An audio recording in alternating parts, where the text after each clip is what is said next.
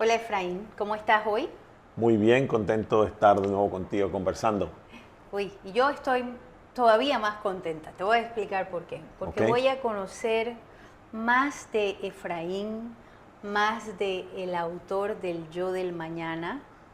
Y me parece súper interesante empezar por conocer cuál es tu experiencia. O sea, ¿cómo empieza Efraín, un panameñito vida mía, que de un momento al otro le sale una gran oportunidad de estudiar en Estados Unidos y tiene una carrera impresionante? 25 años en un mundo tan pesado como era en aquel entonces, todo el tema este de la tecnología y con posiciones de gerencia a nivel global. ¿Cómo pasa eso? Cuéntanos de ti. Te fuiste hasta la universidad. Sí, porque la universidad tiene algo que me conecta contigo, Perfecto, perfecto. Sí, bueno, tú sabes que yo estudié en Panamá, estudié en el IPA, conmigo. exactamente, allí fue que nos conocimos. Sí. Y tuve la bendición de ganarme una beca para estudiar en Estados Unidos, una beca de la Fundación Walton, los que son los fundadores y dueños de Walmart, la tienda muy conocida. Y quedamos en un pueblito en Arkansas muy chiquitito, muy particular, en una universidad cristiana. Y estuvimos allí 4 años estudiando ingeniería. En ese momento, como cualquier joven, uno no sabe qué es lo que quiere, pero ser ingeniero sonaba como algo bueno y tenía mis razones yo en ese momento para estudiar ingeniería y estudié ingeniería. Y luego vengo a Panamá con el compromiso de que yo tenía que vivir en Panamá la misma cantidad de años que yo había estudiado, porque la manera en la cual tú pagabas de vuelta la beca era si tú habías estudiado un año, tú estabas un año en Panamá, porque ellos no lo hacían, ellos decían que ellos no lo hacían por ti, ellos lo hacían por el país. Y en realidad yo estuve 4 años y medio, porque era el año de la crisis económica y yo por mi curiosidad busqué la manera de tomar unos cursos adicionales para quedarme un semestre más. Así que yo vine en diciembre del 89 y les debía entonces 4 años y medio. Sí, el día que yo volaba era el 21 de diciembre ¡Wow! Plena invasión. y el 19 de diciembre que estoy estudiando para mi último final, que era el 20, mi vecino viene y me toca la puerta en la noche, como a las 10, 11 de la noche, y me dice, mi país está invadiendo tu país. Y yo digo, ¿what? ¿Qué ¡Wow! pasó? Sí. Y bueno, no pude volar el 21, obviamente, y terminé llegando a Panamá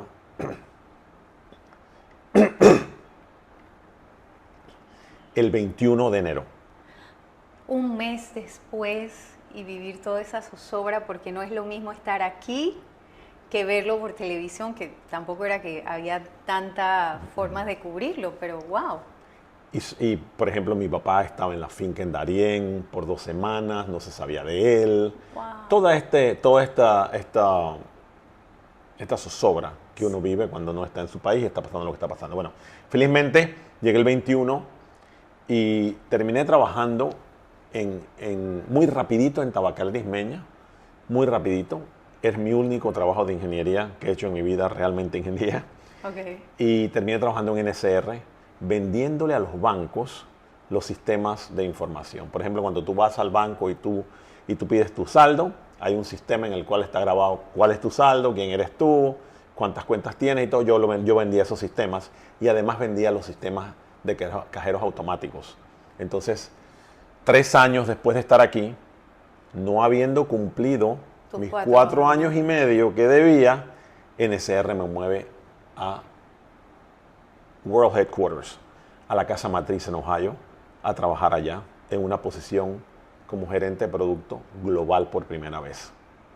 Obviamente, yo tenía apenas 26 años cuando tuve mi primera oportunidad y fui y me gustó.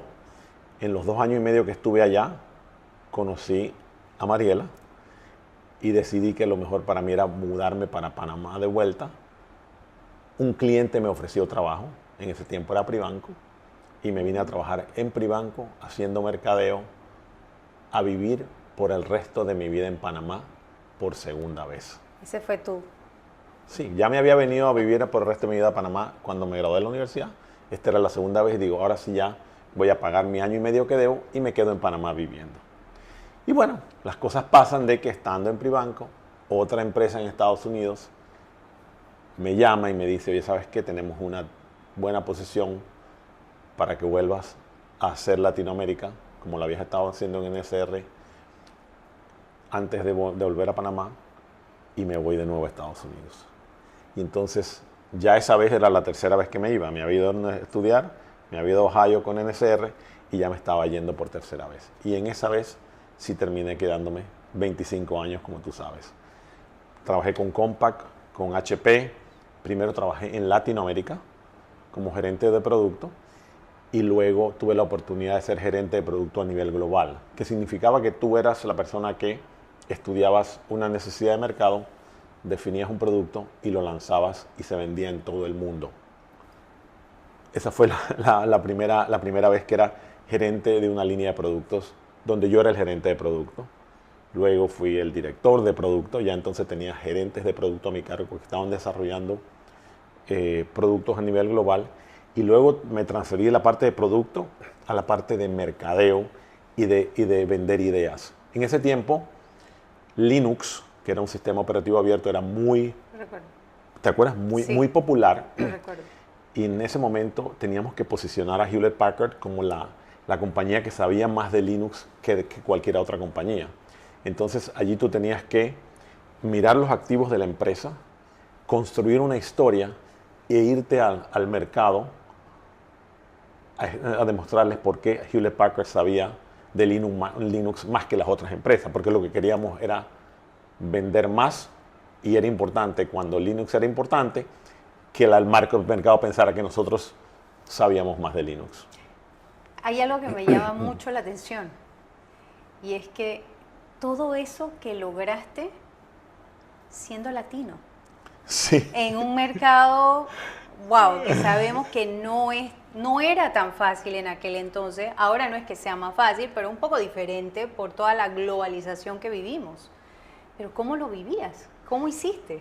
Tú sabes que te voy a contar algo y espero que no encontrarme a la gente en la calle que me vacile de esta manera, pero yo lo que le decía a la gente era que yo un día vi un concierto de Ricky Martin y hablaban de que Ricky Martin ya no era un cantante que lo conocían en Latinoamérica, sino que era un cantante que lo conocían en todo el mundo. Entonces decían que el Ricky Martin había cruzado de ser un latino a ser una persona que era un cantante global. Y a mí yo me puse a pensar y yo digo, yo no quiero ser un ejecutivo de Latinoamérica nada más. Yo quiero ser un ejecutivo global. ¿Cómo voy a hacer eso? Y entonces comencé a trabajar en entender mejores los mercados europeos y asiáticos, suramericanos, para poder aspirar a esas posiciones. Entonces, cuando fue lo de Linux, fue quizás cuando tuve que estar sentado con juntas directivas de empresas, porque era tan importante Linux en ese momento que no solamente la persona que compra quería hablar contigo, sino la junta directiva de la empresa quería hablar contigo. Y yo era el director global de mercadeo para Linux en Hewlett Packard. Entonces me tocaba ir tanto en empresas europeas como en empresas asiáticas o en Estados Unidos a explicarles, primero que todo, por qué Linux era importante para su negocio. Y a veces eran empresas que nada tenían que ver con tecnología. Eran cadenas de supermercados, eran fabricantes de autos, eran compañías que hacían películas. Y teníamos que ir a posicionar a la empresa. Entonces, allí tuve la oportunidad no solamente de ir a los mercados, sino de sentarme con los directivos de empresas para comunicar la idea de que Hewlett Packard sabía más que nadie. Y era interesante porque lo que siempre era fascinante para ellos era preguntar ¿de dónde tú eres? Y tú decirles que eras de Panamá. Entonces decía, ¿de Panamá? Algunas veces te decía, ¿dónde queda Panamá? Por ejemplo, si estabas hablando en Asia. Claro. ¿Dónde queda Panamá? Entonces era fascinante. Y quizás ahí fue donde mejor aprecié la parte global y tuve más el contacto con empresas. Y ahí aprecié también un poco lo directo de la cultura de los europeos y me encantó cómo un europeo te dice cómo se siente, a veces te dice que está en desacuerdo contigo, de una manera que antes de haber estado en esos mercados lo veía como una frialdad o algo muy distinto a uno. la palabra en inglés es rude. Sí, don't be rude, be polite. O sea, lo veías como rudos, como toscos. Como toscos. Y yo decía, wow, me acaba de decir es que no le gusta eso, o que piensa, me decían, por ejemplo, en un momento, no estoy de acuerdo contigo por eso, y pienso que tú lo que estás diciendo no es cierto. Y había una discusión, pero te lo decían tan fuerte, y tú decías, pero wow. Y luego, en los siguientes 15 minutos, volvíamos a ser mejores amigos.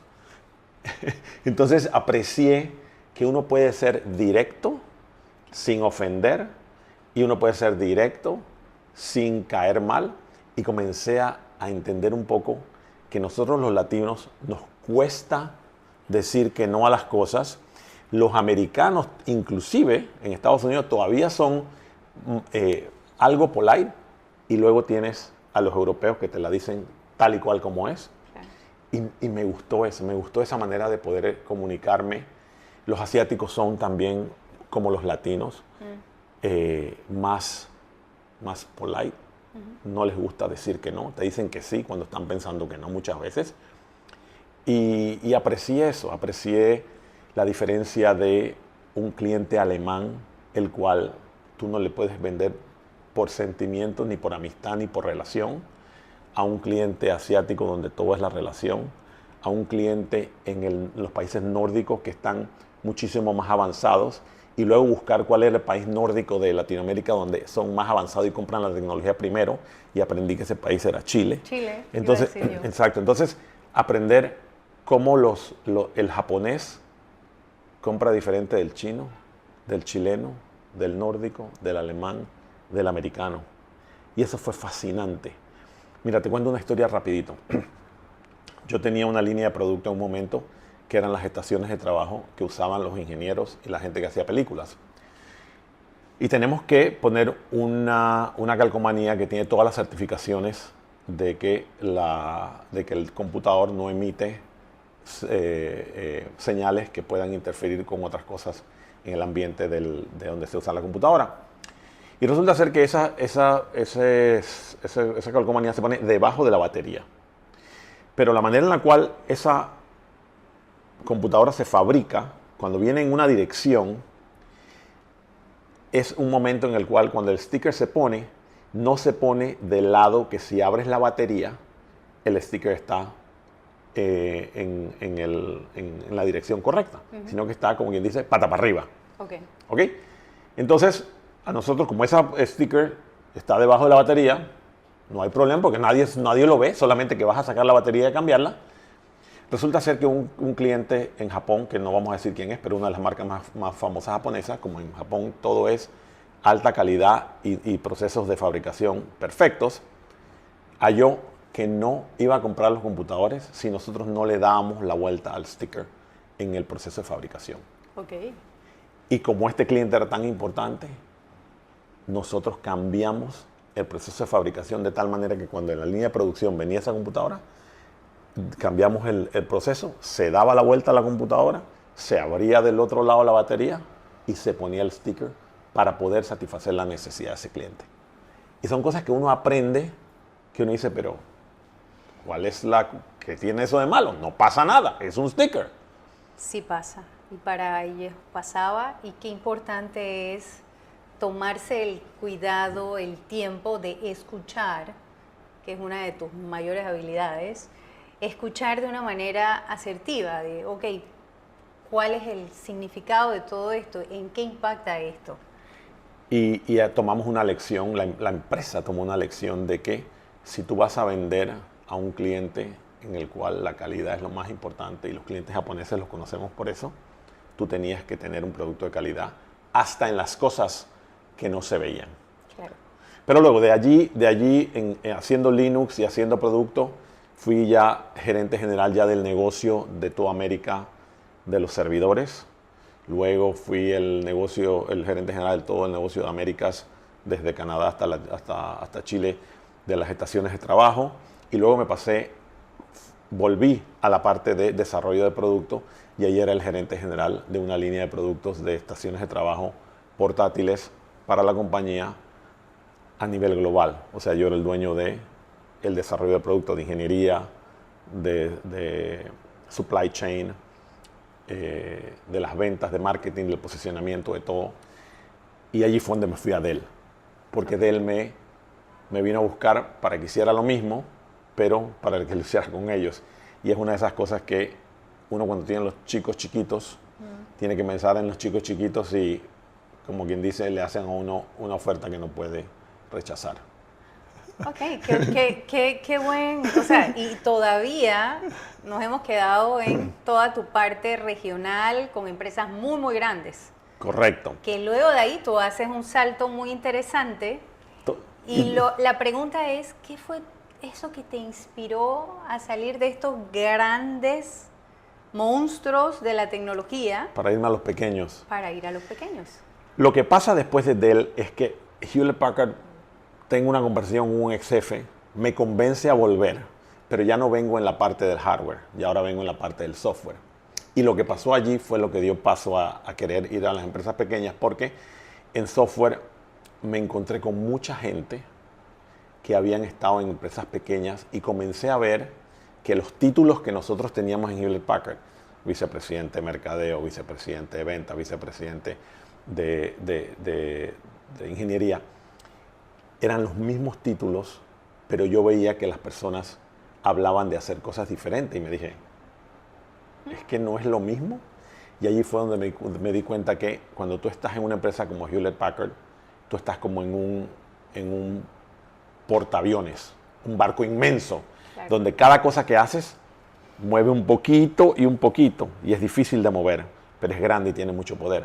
Mientras cuando estás en una empresa pequeña es como un botecito pequeño que puede maniobrar más rápido.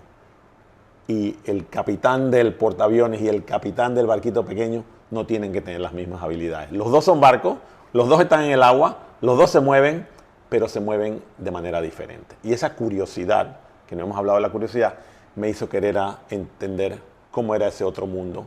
Y me cambié la sangre de empresario o de persona, de ejecutivo de empresa grande a ejecutivo de empresa pequeña. Qué gran salto. Sí, muy difícil porque la primera vez que fui a tratar de buscar trabajo me dijeron que yo era un dinosaurio de empresa grande. Wow. Y yo me ofendí y dije, pero me dice sí. Porque cuando me preguntaban, ¿y usted qué sabe hacer? Yo le decía, bueno, nosotros hemos... Y me decía, pero, nosotros. Sí, porque lo que pasa es que yo era el vicepresidente. Sí, no quiero saber lo que la otra gente de su equipo dice. Yo quiero saber lo que usted hizo. Bueno, yo los tenía que dirigir, tenía que dar la estrategia. No. Es que lo que pasa es que cuando usted viene a una empresa pequeña, usted es el que hace la estrategia, pero también usted hace. Usted tiene que redoblarse las mangas. Acá no es ser jefe, acá es hacer las cosas y poder hacer las cosas, porque acá no tenemos tanta gente. Y yo dije, wow. Y dije, más curiosidad me dio por entender ese mundo. Y te voy a contar algo. Me dio un break, una empresa pequeña que estaba creciendo mucho, que era Suiza. Y me fui allí. Y un año después me di cuenta, reflexioné y me di cuenta, me dije, estos tipos tenían razón. La gente que contrataba, este es otro mundo. Pero ¿sabes qué hice, Emi? Me cambié la sangre. Me cambié la sangre de empresa grande y me puse sangre de empresa pequeña y terminé siendo una persona más de empresa pequeña que los que toda la vida habían estado en empresa pequeña, porque yo tenía siempre el objetivo de aprender y aprender mucho y aprender rápido. Entonces me fui y he estado en los últimos 7 años en empresas muy pequeñas y la estoy pasando fenomenal, pero muy diferente a lo que hacía en Hewlett Packard, porque ya tenía gente que me lo hacía. Yo era el jefe y acá es ser jefe, pero también hacer. Pero bueno, yo tengo la dicha de haber leído un libro tuyo maravilloso que se llama El Yo del Mañana, donde me queda claro que no es lo mismo ser jefe que líder. Totalmente. Y de alguna forma, siento yo, con lo que leí, con lo que disfruté tu libro, que esa habilidad de liderar te ayudó mucho a poder dar ese salto, porque no es lo mismo ir creciendo, uno cree que crece solo, a crecer con un equipo. Y eso fue lo que a ti te ayudó, a que ese salto, pienso yo, a que ese salto de empresa grande a empresa chica fuese manejable. Por esa curiosidad tuya también de poder ayudar al que tienes alrededor. Es interesante. Acabas de hablar de algo súper importante y es que es muy fácil definirse a uno la persona como el vicepresidente que tiene 250 vendedores a nivel mundial. Wow. Pero lo que la empresa pequeña te hace es que la definición tuya viene de lo que tú haces. Esas personas tú puedes ser jerárquicamente su jefe, pero el líder cuando mira atrás se fija cuánta gente realmente lo está siguiendo. Entonces, yo pienso que una parte importante fue, que algo que no hemos hablado, pero que pasó a lo largo de la carrera, fue esas ganas de que la gente te siguieran porque querían, no porque tenían. Claro. Entonces, cuando tú te defines como una persona que la gente te sigue porque quiere, no porque tiene que seguirte, entonces no importa jerárquicamente cuánta gente tenga. Lo que importa es cuánta gente siga tu guía basado en que tú le has dado una idea que ellos también creen y que ellos quieren acompañarte y seguir en esa idea. Así que sí, yo creo que importantísimo fue el no definirme nunca como que para yo ser alguien tenía que tener un equipo grande, Claro. sino definirme como cuánta gente me seguía porque querían y por las cosas que yo estaba alcanzando. Y no era un tema de títulos, era un tema de cuál era tu actitud.